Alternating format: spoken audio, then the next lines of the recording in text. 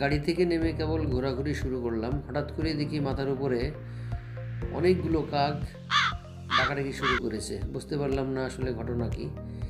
সামনের দিকে যেয়ে দেখলাম একটি কাক রাস্তার উপরে পড়ে আছে।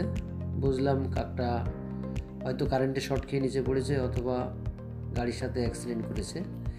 একজন লোক এসে আবার কাকটিকে উঠিয়ে নিয়ে রাস্তার এক পাশে ফেলে দিল।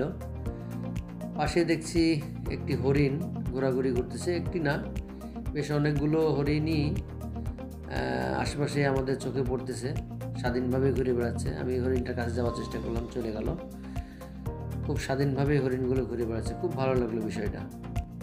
একটা আইসক্রিম কিনলাম, 120 টাকা দাম। এখানকার একটা জিনিস খুবই ভালো লাগলো, যেখানকার আইসক্রিমওয়ালাও অনেক সচেতন। আইসক্রিমের খোসা ফেলতে গেলাম, এই যে দেখেন ওনার নিজস্ব ঝুড়ি আছে। বলল আইসক্রিমের খোসা রাস্তায় ফেলা যাবে না, এই কিনে ফেলতে হবে। তাছাড়া আমরা আর একটা স্পটে গেছিলাম, সেখানে চকলেট কিনেছিলাম, তো চকলেটের খোসা আমরা নিচে ফেলেছিলাম। তখন দোকানদার আমাদেরকে বলল যে চকলেটের খোসা নিচে ফেলা যাবে না, সেখানেও একই ব্যবস্থা। শ্রীলঙ্কায় এই জিনিসটা খুবই ভালো লাগলো যে তারা নিজেদের দায়িত্বে নিজেরা রাস্তাঘাট পরিষ্কার পরিচ্ছন্ন রাখার চেষ্টা করে। এই জিনিসটা আমাদের কাছে খুবই ভালো লেগেছে। আপনার একটু মতামতটা বলুন, এই সমুদ্র পাড় এবং শ্রীলঙ্কা এসে কেমন লাগছে? শ্রীলঙ্কা এসে খুব ভালো লেগেছে। আপনি এদিকে আসুন, ছায়াতে আসুন। আপনার ঘুটঘুটে কালো অন্ধকার চেহারা দেখা যাচ্ছে। আমি তো কালো না, আমি সাদা আর কি, সাদা ধবধবে কালো সাদা আর কি। হ্যাঁ বলুন। আমি তো এখান থেকে ঘুরছিলাম, ঘুরে মানে বেশ সুন্দর সুন্দর জিনিস দেখলাম এবং জিনিস দেখে খুব ভালো লেগেছে। কিন্তু আমাদের খুব মানে বিরক্ত লাগতেছিল, কারণ কি আমাদের মানে প্রচুর গরম লাগতেছিল, শ্রীলঙ্কা দেশ তো। আচ্ছা। পরে হচ্ছে আমরা সমুদ্রে নামলাম, তারপর সমুদ্র থেকে কিছুক্ষণ সময় কাটালাম, তখন আমাদের মাইন্ডটা পুরো ফ্রেশ হয়ে গেছে। এবং আমাদের বাংলাদেশে ধরেন ওই যে চিড়িয়াখানা আছে, চিড়িয়াখানায় তো মনে করেন হরিণগুলো তো বেঁধে থাকে, কিন্তু তা না, আমরা দেখতেছি যে হরিণগুলো পুরো স্বাধীনভাবে ঘুরতেছে, একেবারে স্বাধীনভাবে, কারণ এগুলো তো দেশের সম্পদ, কিন্তু এখানে কেউ কিছু না মানে ক্ষতি করছে না।